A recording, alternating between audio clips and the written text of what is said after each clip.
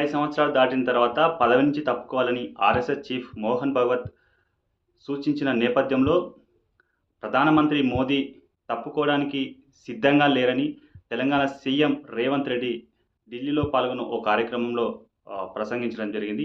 ఈ సందర్భంగా పలు కీలక వ్యాఖ్యలు చేయడం జరిగింది.